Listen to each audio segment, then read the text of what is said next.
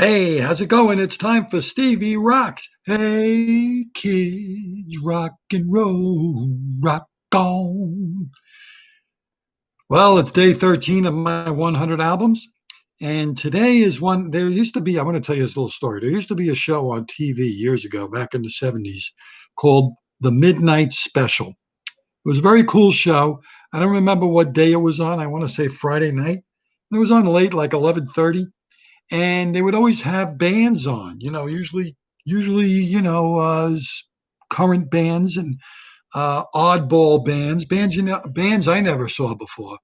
A lot of them were over in England. There was a lot of progressive rock. They would also have a soul band.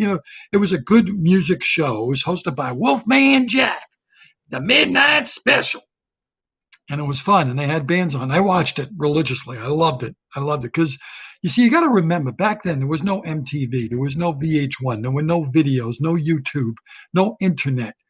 When you wanted to see your favorite band, you had to wait for them to come to town to see them.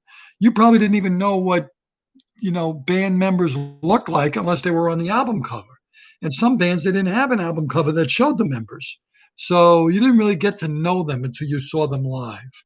And then there was this show, Midnight Special, which you got a chance to see them. It was like an American Bandstand, but American Bandstand was crap. It really was. It was pretty crappy.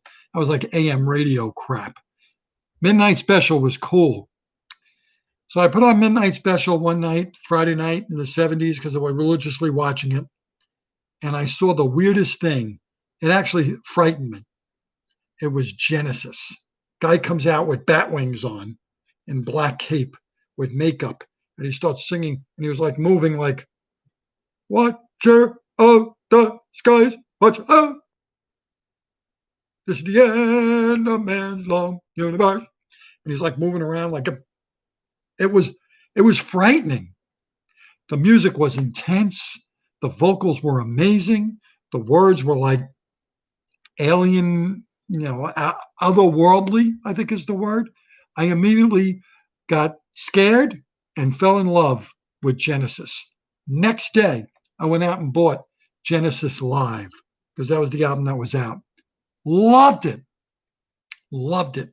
Followed it up, went out and bought Foxtrot and Nursery Crime. Those were the other two albums that were out.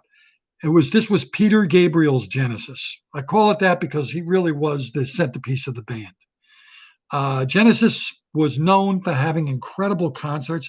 I never got to see them with Peter Gabriel because, again, back then I never got to see Led Zeppelin, Pink Floyd, big Genesis with Peter Gabriel because they would sell out in like seconds.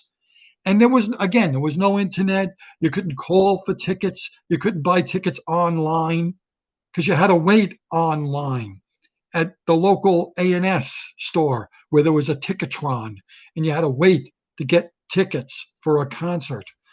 And you can get there at 6 o'clock in the morning and wait outside. By the time you got to the Ticketron booth, it was sold out. You couldn't get tickets. So I never got to see Genesis live. I always heard their shows were incredible. They were theatrical experiences. But Genesis Live is one of those albums I still listen to today, and I still get that feeling I got when I first saw them on the Midnight Special years and years and years ago. I love Peter Gabriel's Genesis. I love Peter Gabriel's solo work. Big fan. Not a fan of Phil Collins. Love him as a drummer. I don't like what he did to Genesis. Again, like I spoke before, I love bands and artists with character. There's something special about them. There's something odd. There's something going on. There's a story behind the music.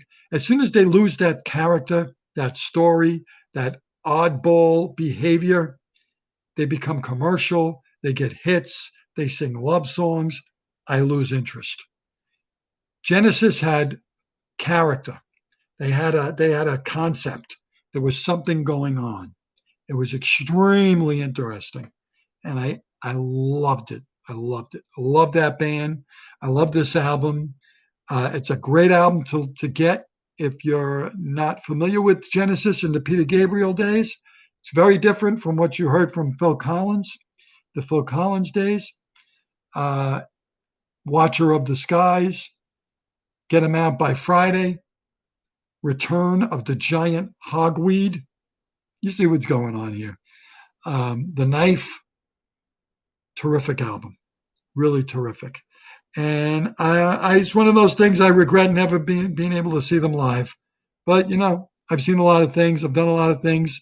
I'm not unhappy with how fortunate I've been to get to know and love some of these bands. Okay, see you tomorrow. Album 13, Genesis Live. Normally, I don't like live albums. This one I love. Thank God it's not a double live album. That's the kiss of death. The double live album. I never, it was always the killer of the bands. It was like bands were great until they came out with the double live album. And that was like, they jumped the shark. Let's put it that way.